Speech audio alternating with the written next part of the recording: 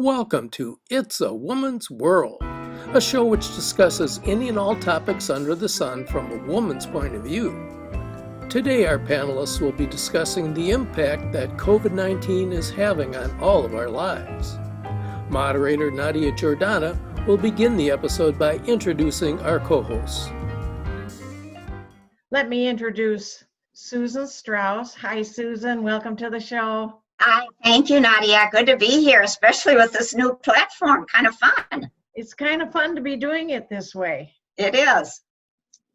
And Ali Naitani. Hello. How are you doing? I haven't seen you for a few months. It's been a while. It's so great to see you all. Yeah, it's good to get the shows going again and they have this new format and have some fun with it. That's right. And Candy Pettiford, you joined us from Missouri. You used you used to be a regular co-host here, so you know. Absolutely. Well, now I can really get back with it now that we're Zooming. Yeah, we're zooming right into it. Exactly. So let's get started with the discussion, and I'll start with you, Susan. We'll be talking about COVID-19 and how that's affecting our lives and those around us. Well, that's always a good question, isn't it? Certainly it's affecting me the way it's been affecting everybody in terms of some fear of the unknown. With my healthcare background and public health background, I'm fascinated about the virus from a science perspective. So I love reading about it, but I find that I'm getting a little depressed. I think reading about all of the deaths and that the cases are continuing to escalate.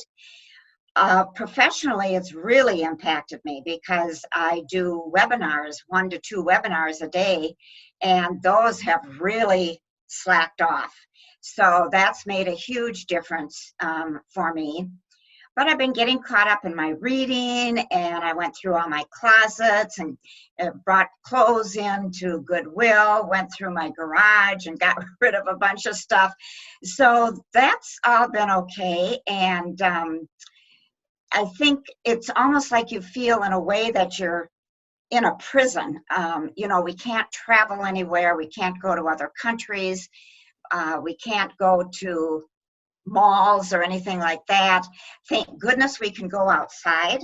I think my saving grace is being able to do my walk outside every day and getting together with neighbors in the driveway, sometimes with a glass of wine, sometimes not. So and thank goodness it's been in the summer. I'm really dreading it for the winter. Where do we go walk, for example, because I don't like walking in the ice and in the snow. And I dread, we usually go up to the Mall of America and walk in the winter, but I just don't know if I'm going to feel safe in doing that. So I'm already dreading the winter. I can't go see I suppose I could now go see my grandchildren in California, but I'm in a high risk category with my age. I forgot that I'm elderly because I don't feel it. And so I haven't seen them since March, and who knows when I'll be able to see them. I do not feel safe in getting on a plane. So I don't know. That's kind of where it's at, I guess. You just have to adapt. And we see it in the southern and western states, and now it's moving further north into the Midwest. So I'm just wondering, are we going to get another surge here in Minnesota? So you're always dealing with the unknown, what's coming next. And I'm angry that our current administration has not taken responsibility for this virus. And so that every day you wonder, well, what's going to happen now? Because they're not taking responsibility for dealing with it like the other countries are. So it's, there's some anger there, there's some depression there, there's fear. And of course, I don't have the income that I did before, so there's all of that. But we're going to be talking about the positives, which I've got those too. Yeah, it is scary, isn't it, the way things have been going. Ali, tell us a little bit about how it's been affecting you. Yeah, well, I think very similar to a lot of the things that Susan said. It's just a new way of living. It's also been I'm not as rushed anymore. Life is suddenly slowed down.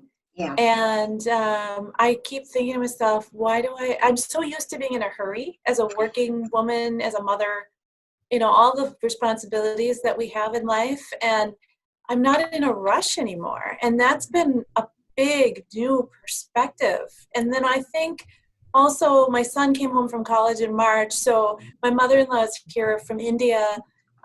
She can't go back. She's supposed to go back in April and she can't. Oh. And so it's also adjusting to a new way of life, being in such close proximity with people that you love, but people that you're used to getting a break from. So Yeah. for me, a big part of who I am is I've been always a person not to be in my house. I love to go places, and I don't have the freedom to jump in my car and go somewhere. And at least that ride to work was a separation. You come in, you come out. And so it's about just being at peace with some of the decisions that you have to make. And so it's just been that reshuffling of the mind.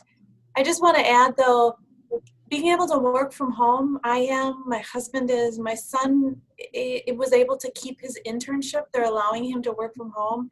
You talk about, I feel so blessed. I feel so fortunate. And I want to make sure I acknowledge for the folks, Susan, you mentioned this, the loss of income, the fear of where do we put food on the table. And so I'm starting, I really need to do better and do more about giving to others when you in a moment are so fortunate, so that's really, when you think about sort of the things that people are going through right now, how can we help each other? This is a time to give to others as well.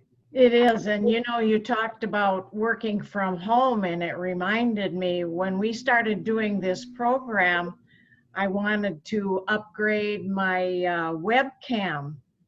And I find out that they're virtually unavailable unless you go searching on the internet. They've been all sold out everywhere because of all the people working from home. And I decided to purchase the one camera that I had before. It's 10 years old, but I love it. So I saw one for sale online that was from one of those discount houses that still had new of that discontinued camera, and I ordered it, and it was sold out already. So it's this interesting, the things that we don't have. So Yes. Keely, let's you talk for us now, or with us. All right. Well, some of you know that I was a flight attendant for the airlines. Oh, I And didn't know. I was a flight attendant for the airlines, and it's something I would always have to wait and see if I was going to get bumped or not. Well, believe it or not, the positive is nobody wants to fly. So I could get on the plane like nothing. And, and all the flight attendants, they are wearing masks. But I do have flight attendant friends who are taking the buyout. Yeah. There was a ticket agent. They've asked, especially those who are 65 and older, to leave, take a package and leave. And so, it's positive in one sense and it's negative in the other sense. And something that people have not mentioned was about church. Now, we don't, our pastor has opened up our church here in Missouri, but we don't go because we still hear too many people coming down with COVID. And my family in Minnesota, as some of you know, Jamila, she goes once a month and sings at her church. And it's just like about 6 people there. And she sings every first Sunday. So she'll sing tomorrow. And, but that's how it's been happening. You just, live stream. You live stream on your screen, and that's it. And I took for granted the, rocking together and the clapping your hands and the singing. And now in some churches, my friend who is a flight attendant in Cokato, Minnesota, she said, we're not allowed to sing. Let the one person up there sing, and you kind of, keep your mouth closed and have a mask. And some of the churches we watch in Minnesota, they've all got masks on. It's a whole new world. And it is. The one thing I like to say to people, though, even though we have masks on, you can at least tell with somebody's eyes, if they're smiling at you or if they're looking at you really mean, You can So see them still, smile. still smile. You can still talk to people. You can still say hello. Yes, right, right. Yeah. So that's what's been going on here. Yeah. And the deaths have been slowing down, which has been a blessing. Good. But I as I was just saying before, my doctor had mentioned that young people are going crazy. They're losing it. They're losing it because they're in their room for 4 months. I can't imagine being in my room for 4 months. Not And as so a they're losing it, and they're coming out and they're driving crazy. So she had broke her neck, and he said, "What's going on?" She said, "Well, doctor, it's because how would you like to be 18 and stranded in your room for 4 months?" So that's what's happening. Yeah, it's got to be hard on the young people to be so contained when they're so much more social than everyone else, and Yes. it's got to be hard. And the children that don't understand, the 1 or 2 times that I've been able to see in person my grandkids, the first thing they're my great grandkids. Oh. Oh my goodness. But the one thing they do is they start to run towards me, and of course they know better, and then they stop and they look back and forth, and I just say, "Hey, honeys, just save up those hugs. We'll get them all. Count. That's right. Hugs that you're expecting, because we're gonna do them all." And that's really difficult, but it's nice to have people you love that much anyway. So. They had an article in the Minneapolis paper a couple days ago about grandparents and not being able to see their grandchildren, and how some of them are saying, "The heck with it. I'm going to go see them." They lived in town, and they knew that they, at least unless they were asymptomatic, the grandparents had stayed home and had not been out mingling, and the family that they were visiting hadn't. And they said, "We just had to go and see them." And they were little kids. Give them some hugs and get some hugs. It was just so hard, but they had a whole article on it. Steal moments, yeah. We had a family funeral 2 weeks ago now, and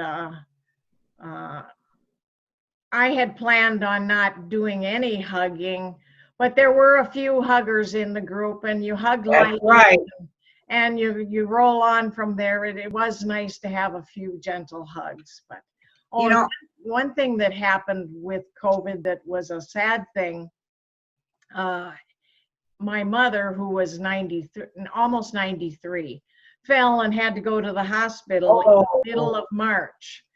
And within a week of when she went to the hospital, COVID-19 lockdowns were everywhere. And so she's in the hospital by herself.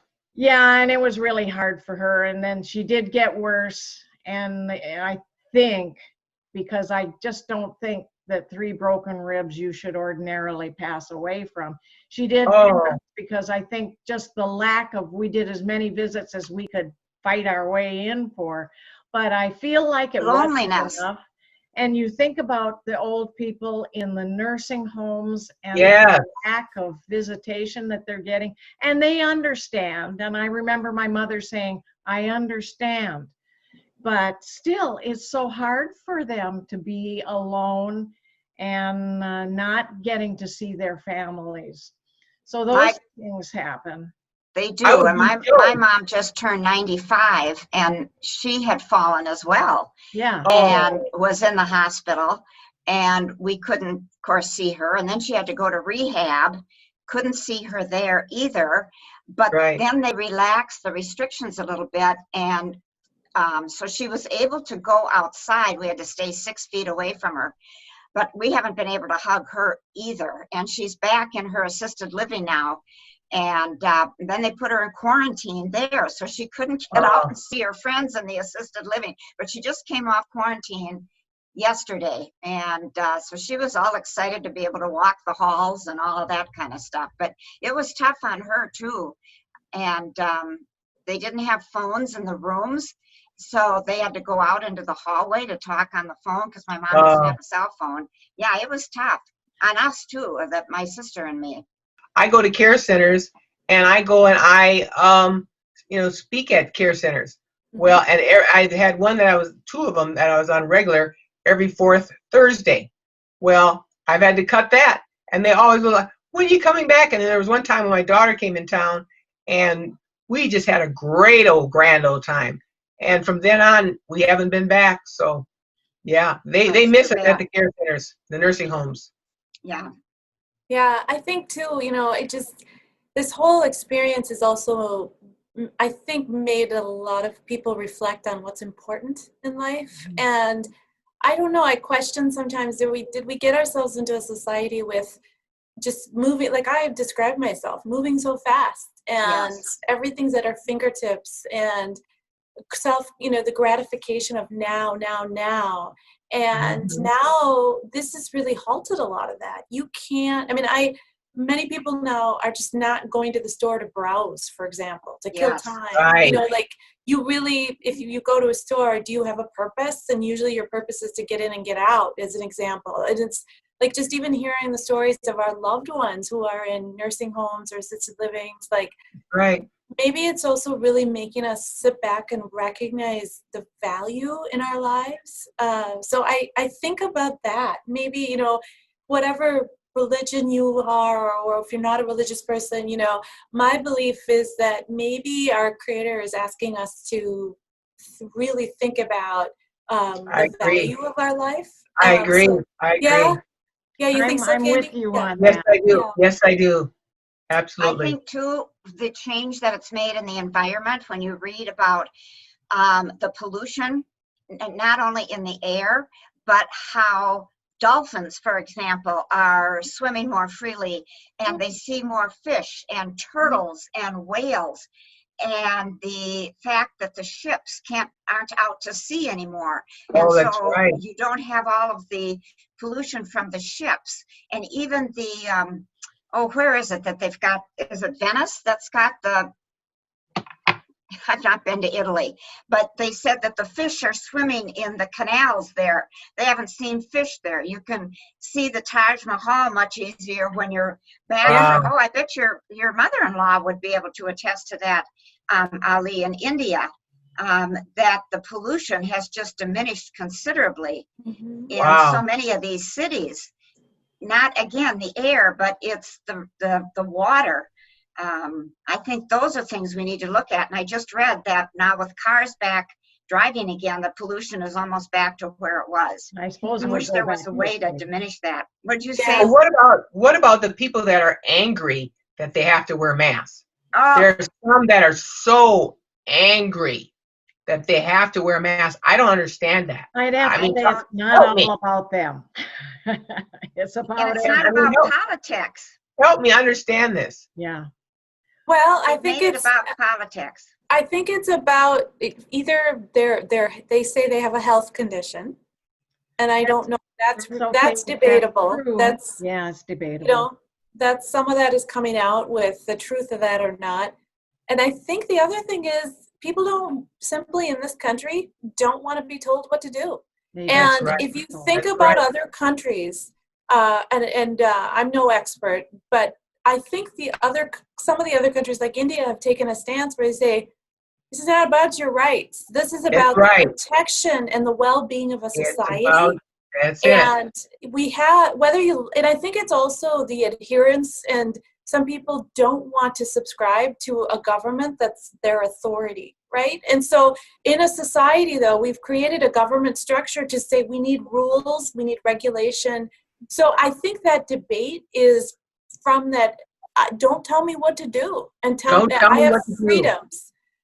So I don't understand it myself, but it then became also part of the political issue, I think, where, again, whatever side you are on with the current administration, our current leader was balking at wearing a mask and then changed his mind. And so when you have this kind of system set up, it becomes very perplexing for people. And so how do we reach those type of people, is my question. In this whole day of what we're dealing with as a society, you know, I don't know. I don't know the answer, but I think we've got to stop fighting with each other. We Yes. have to start finding Yeah. common ground. Because the last thing I'll say on this is, if you start to notice that when people who have said you don't wear a mask, this COVID-19 stuff is just a bunch of whatever, there have been Right. stories in the news. There's particularly one of a game show host whose son then became infected with COVID. What did he do? He changed his position. Uh-huh. So until it hit his family personally, That's right. he took a different position. So what does that say, right? Well, and Well, there are what still it says, people what that it think says to it's a me is, hoax. yeah, well, what it says to me is COVID-19 is not racist, it's not prejudiced, it's not black or white, it's not if you're fat, if you're thin. It's like, I'll take all of you if I could. I mean, there's no prejudice there at all with this disease. None. It's a big Yeah. green monster. Yeah. Yeah. Children as well. A 9-year-old girl died in I forgot where it was, Texas or whatever. Mhm. 9 years old. You know, Oh, a and 25-day-old baby died here. oh, I 25 didn't hear days. that. Yes. Yeah. Oh, of COVID? Yeah. I guess I heard that. Yeah. Oh, I didn't hear that. Oh, that's And- Yeah.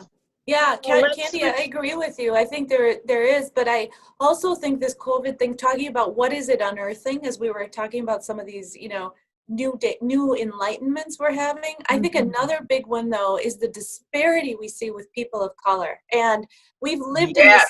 in this land of disparity.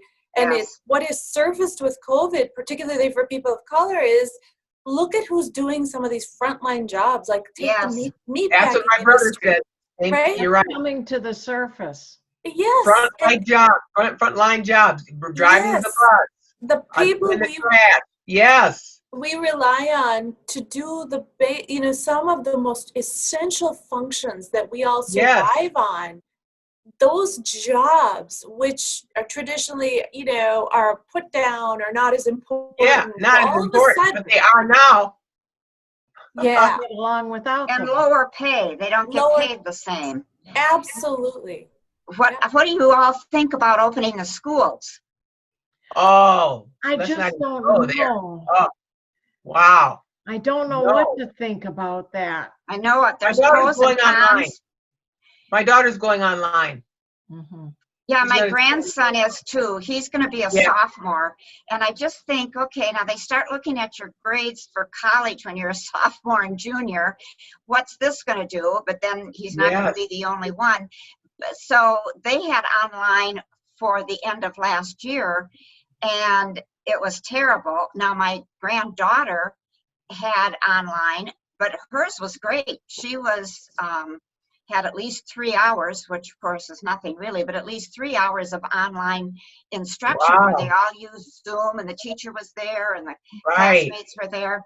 I'm Right. hoping that this fall that teachers will have learned how to use Zoom or what other type of platform, so that they can have more interaction with kids. And I know that the schools are giving out computers, but the other Yes, they problem are. is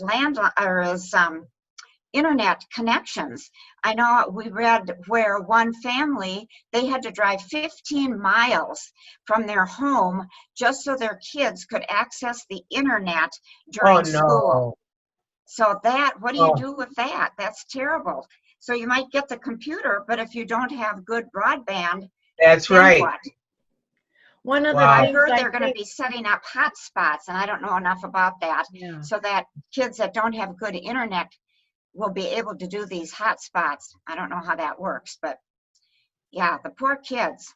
One Yeah, of the not things only I- the exposure, but I think it's also breaking into the you know, who has privilege in this That's in right. these situations as well. That's That's exactly right. it. That's right. Very true. And Yeah. what do you think about the protection panels at reception desks Oh, and on a lot of different places? I'm not so sure that those will ever go away, which might be a good thing. It's for me being a little hard of hearing. it's hard for me to hear them as well. Right. But I can Plus with swear the every mask year on. it might be okay, even during a normal flu season. Yeah, the mask, I think, interferes with how well we can hear as well. Sometimes their voices are muffled. Yeah. Yes, I they think are. the other thing that's really made a change, I do webinars on how to manage a remote workforce. And that, of course, everybody's working remotely. I think that's making a huge change in how businesses will be carrying on their business. And will they be shrinking the size of an office that they need? And will they continue to work remotely? And from what I've read, a lot of people will. Many people I think prefer so. working remotely and like being at home. Some would say, I'd like to work remotely, but maybe go into the office once a week or something. Right, right. I did a webinar yesterday on how do you onboard people remotely. And it was interesting because we've had such few people sign up for webinars and very often they get canceled. Yesterday's webinar had over 50 people on how do you onboard virtually. And I was shocked when there were that many. So it's really getting to be much more of an issue, and it's going to be long term. What do we do about it?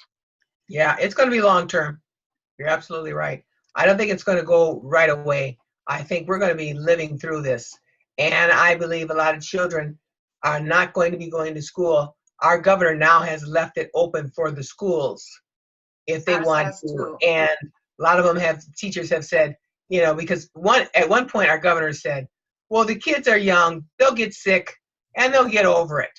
Yeah. But who's teaching the children? Is it other children teaching the children? Yeah, right. No, it's adults. There's Yes, Some of them are older, some of them are going to retire or whatever. And so, and what about that's how good. the economy is going to Oh, survive? yes. What is it going to be like 1 year from now when the repercussions reverberate through Oh, the yeah. economy? From what I've read, they said it's going to be years and years before we're going to recover. This is a big one. It is Yeah, a big one. Very big. Thank you all All for right. watching us. This Good to was- see you. Good Yes, to Good to see see all you of all. you as You all well. after Who all knows these when we'll months. do it next, huh? Oh, But it'll be thanks, soon. Nadia. We'll be doing Good. this regularly. Okay, All good. right. Thank you. Bye, everyone, and thank you for Bye. watching. It's been It's a Woman's World. We'll see you next time. Bye. Bye. Bye-bye.